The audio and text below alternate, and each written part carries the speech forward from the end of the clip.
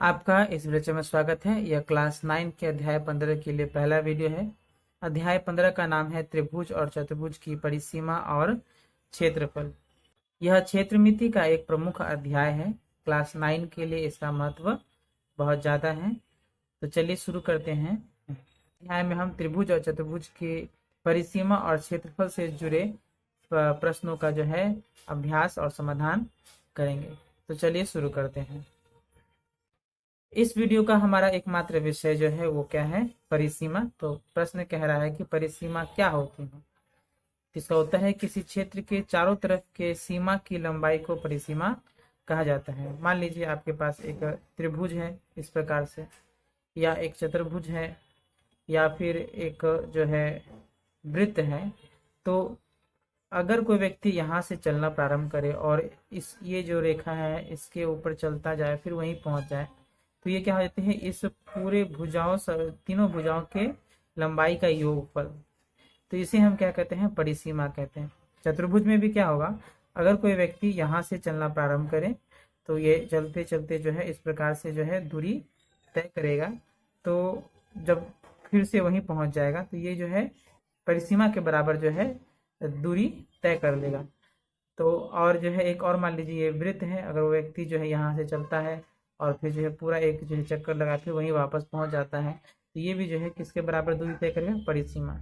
तो साधारण रूप से परिसीमा क्या होती है, किसी भी क्षेत्र की जो सीमा होती है उस सीमा की लंबाई को हम लोग क्या कहते हैं, परिसीमा कहते हैं। तो हम जो है इस अध्याय में सिर्फ और सिर्फ त्रिभुज और चतुर्भुज की परिसीमा के बारे में ही अध्ययन करेंगे। तो एक जब भी आपको जो है कहा जाए कि जो है परिसीमा ज्ञात करें, तो उनके भुजाओं की लंबाई का जो है योग आप कर दें तो वही क्या हो जाता है, परिसीमा। इसे और आसानी से समझने के लिए कुछ उदाहरण हैं, उनका अभ्यास करते हैं। तो सबसे पहला जो चित्र आप देख रहे हैं कि यहाँ एक जो है पंचभुज बनाया गया है। 1 2 3 4 5 भुजाएं हैं इसकी। प्रत्येक भुजा की लंबाई दे दी गई है, जैसे यहाँ 16.2 सेंटीमीटर, 10 सेंटीमीटर, 12 सेंटीमीटर, 13 सेंटीमीटर और 14.8 सेंटीमीटर। कहा गया कि नीचे के चित्र देखें और परिसीमा लिखें। तो इसकी जो परिसीमा अगर हम निकालना चाहेंगे तो क्या हो जाएगी, हमें कुछ नहीं करना है, हमें सभी जो है भुजाओं को जोड़ देना है, यानी 10 + 12 + 13 + 14.8 + 16.2। तो इसे हम जोड़ें तो 8 2 10 का 0 हाथ में 1, 6 1 7, 4 11, 3 14, 2 16, 16 अच्छा हाथ में 1, 1 और 1 2, 3 4 5 और 6 और दशमलव यहाँ बैठेगा, यानी 66 सेंटीमीटर जो है इसकी परिसीमा होगी। हम अगला जो है उदाहरण देखते हैं। तो ये एक चतुर्भुज है।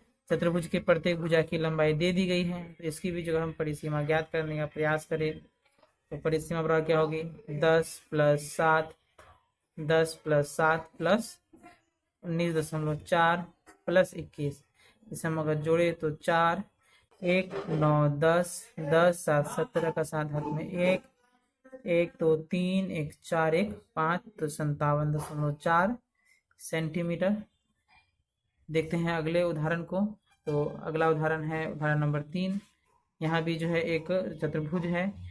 तो ये है 12 19 3 और 5.6। तो इसकी हम परिसीमा क्या लिखते हैं, परिसीमा बराबर 12 + 19 + 3 + 5.6।